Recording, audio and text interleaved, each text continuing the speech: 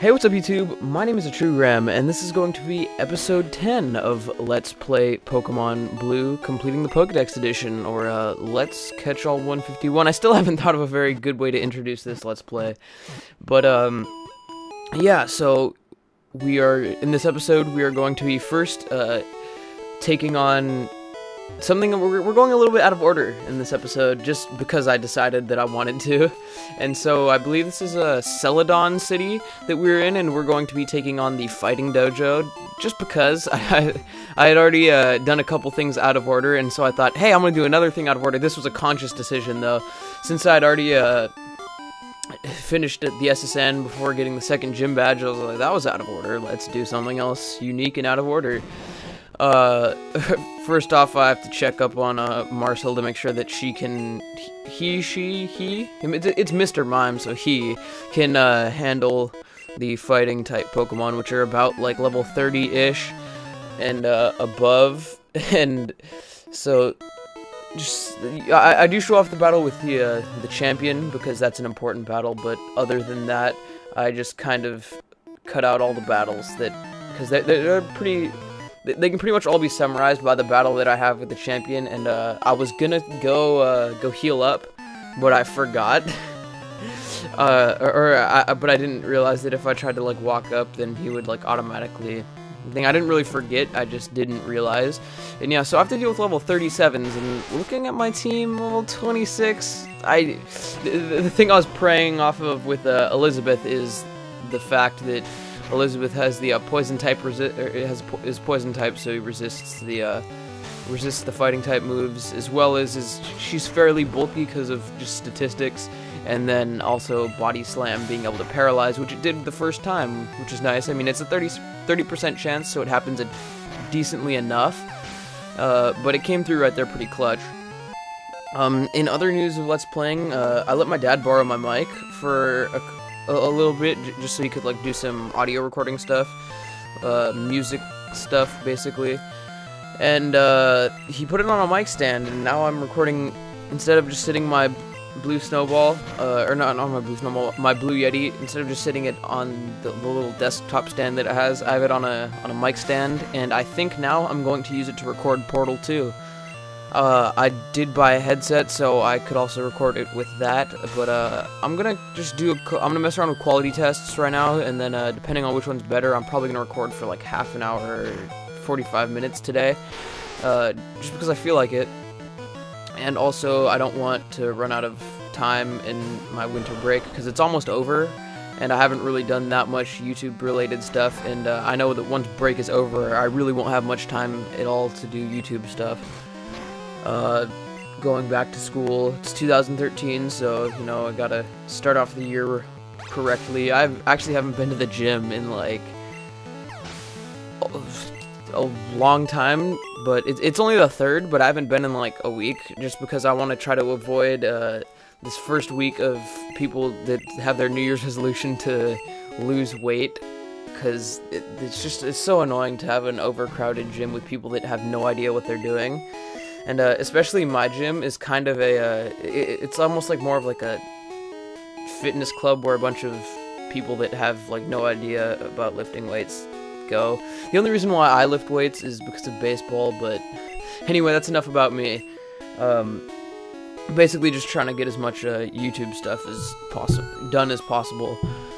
For obvious reasons, I want to actually have content to be able to put up while I'm back at school and actually going to the gym again, which I do because I think I just said this, but I lift weights so that I can hit a baseball hard. I don't lift weights because I want to like look all like meathead-esque.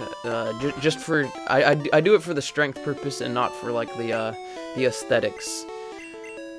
But yeah, in this episode we're going to be taking on the gym here in, what city? This is Celadon. The other city, I forget what it's called. Saffron. It was Saffron City, I think. I don't know, I can't remember. Jeez, this is bad. It's gonna be on screen because I can't remember, and it's bugging me that I can't remember, so it will be on screen. because I know for a fact that this is Celadon because of the Celadon department store. But what's that other city? I think it's Saffron. Whatever. I'm just gonna forget it.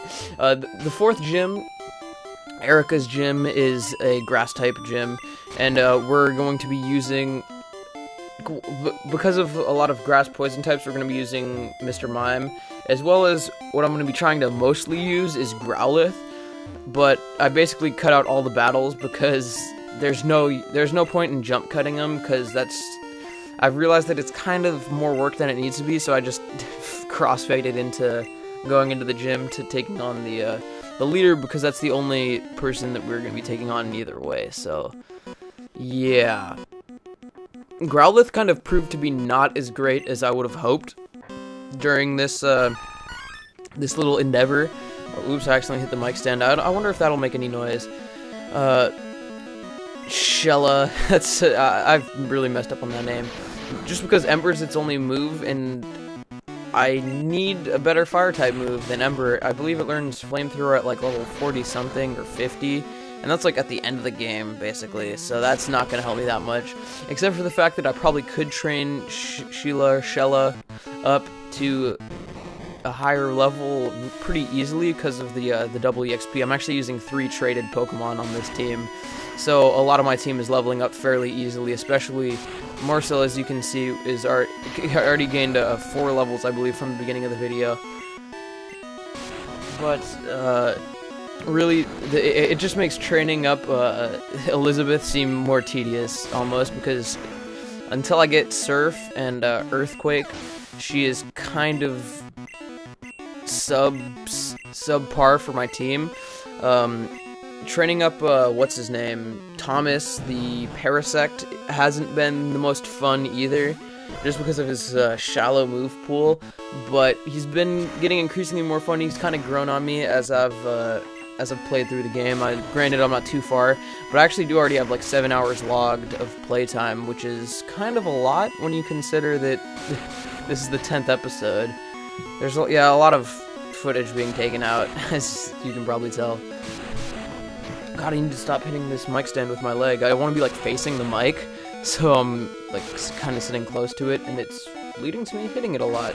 But in other news in Let's Playing, I'm probably going to be considering taking on a third project when I've finished uploading Metroid Zero Mission. I probably am going to be taking on a third project alongside Portal 2 and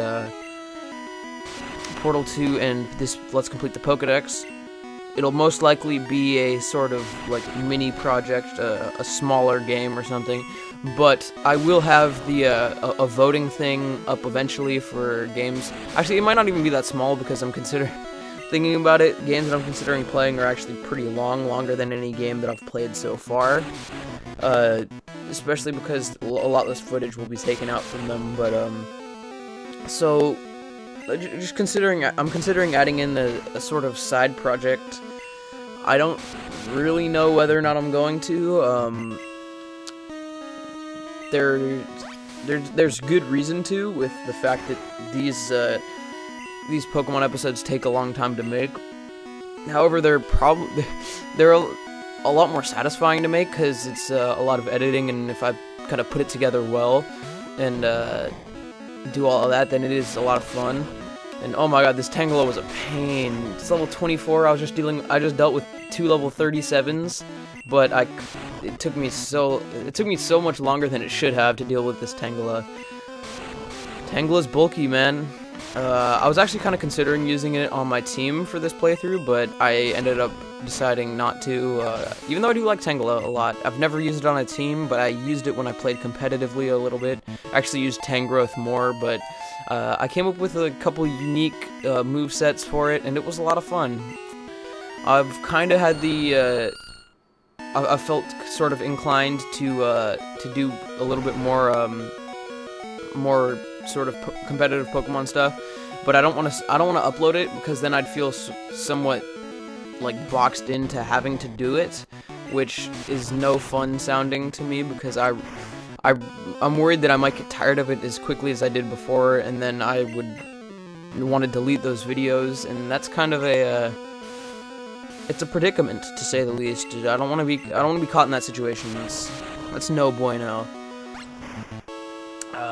Actually, as pointed out by a fellow Let's Player who started at around the same time that I'm subscribed to, the Johnny Mare. He's one of my favorite Let's Players, actually. I'm about to be hitting my 5-month mark. I think I actually already did. I missed it by 2 days for Let's Playing, so that's pretty cool. I mean, I obviously haven't grown that much, but I mean, looking at my stats on Social Blade, they've been at a steady incline ever since I started uploading consistently again. They really dropped off towards the end of my competitive Pokemon, but that was the highest they ever were, was when I did the competitive Pokemon stuff. It was kind of nice to like go and look at the line graphs that they have and see the very slow but yet steady increase. I believe I average like 4 views a day, which is obviously not great, but when I don't upload every single day, number one, and number two, I don't have obviously the largest fan base. It's up from like 1 or 2 videos a day a couple months ago, or views a day from a couple months ago, so it's growing. If it grows from 4 in the next 2 months to 8, then 8 to 16 in the next 2 months, that's a lot more. And I mean, every day when you think about it, that's like, if say those two views are watching a 20-minute video, that's 40 minutes of time that people have taken to be entertained by me, which is, it's a weird thought. I never really found myself to be all that entertaining. I do this more of a thing to entertain myself, which is, it's a lot of fun. So I mean, I enjoy entertaining myself with these Let's Plays, and if I can enjoy, if somebody else enjoys it while I'm doing it, then hey, that's even better. I don't know how else to put it. It's cool. It's a pretty cool situation. But here we have the famous Game Corner, famous for being very, very annoying when trying to complete the Pokedex, because you have to catch a Porygon, and these slots are such a bitch. I've played the slots for like probably like an hour and a half, and made like no net gain. Just like sitting here, I was like watching YouTube videos and rendering stuff, and I was like sitting here with my Game Boy Color, trying to make a significant gain as far as coins. I just couldn't do it. And so what I ended up deciding to do was, at the end of the game, I'm just gonna refight the Elite Four until I get enough Pokedollars to buy enough coins to get the Porygon. I'm also gonna probably end up having to spend some money in the Safari Zone, because the Safari Zone is going to be probably equal, if not more, of a pain in the ass to get all the Pokemon. I looked up all the stats for like the encounter rates of Pokemon, and it sucks, man. I'm probably like 1 or 2 episodes removed from the Safari Zone, and I am not looking forward to it. Believe me, it's looking like quite the pain in the ass. The only thing that seems easy about it is getting the gold teeth and HM3 to get Surf and Strength, which is pretty much all that's required when playing through this story. But I'm really, really not looking forward to having to find a Chansey. That's like a 1% encounter rate. And then, again, after getting that 1% encounter rate, having to throw the Safari balls and stuff, it's gonna be bad. I'm willing to bet I'm gonna have like 3 hours of raw footage or something on that, just trying to catch a few Pokemon, not very many. But yeah, I go in to look at how many coins Porygon takes, and then I have to do a double take just to make sure it's 6,500, which sucks. But I only buy 50 coins, and I go play the slots, and I quickly lose all of my money. I guess this was an unlucky slot machine. Some of them have randomly more luck. It's all luck based though. There is no pattern. You can sometimes you can wire a pattern to get like a couple things. Like a while ago when I was trying to get a Dratini in just one of my regular playthroughs, which I ended up giving up on because I wanted to do this Let's Play, and it was kind of a boring playthrough. I wasn't really being super inventive with the Pokemon. Didn't really do anything new with that, but I was playing the slots to get a Dratini, and I kind of learned a little pattern on one of the machines, but it only happened like once, and so I had to just keep playing that machine. I just had to find a machine that I could learn the pattern, and then I just had to keep playing that machine. And as you can see, I've been like one off on the pattern like every time, and it was kind of frustrating, honestly, when I was sitting there playing. I was like, God damn it, this is really just awful. And then when I continued to play the slots and continued to lose money like this, or coins, which I guess is money because you have to pay the pokedollars or yen, it's actually yen, but to get that stuff, it's pretty darn frustrating. But I mean, that's gonna pretty much be wrapping up this episode. You're just gonna see me, I lose all my coins, and that's about it for episode 10. Yeah, we're in the double digits of episodes now. Next time, in episode 11, you guys will have the pleasure of witnessing me taking on the little Team Rocket base thing in the game corner, and clearing that out to get the Slow Scope, and then hopefully go on to Lavender Town and lay Marowak to rest. So anyway, I hope you guys enjoyed this episode, and I will see you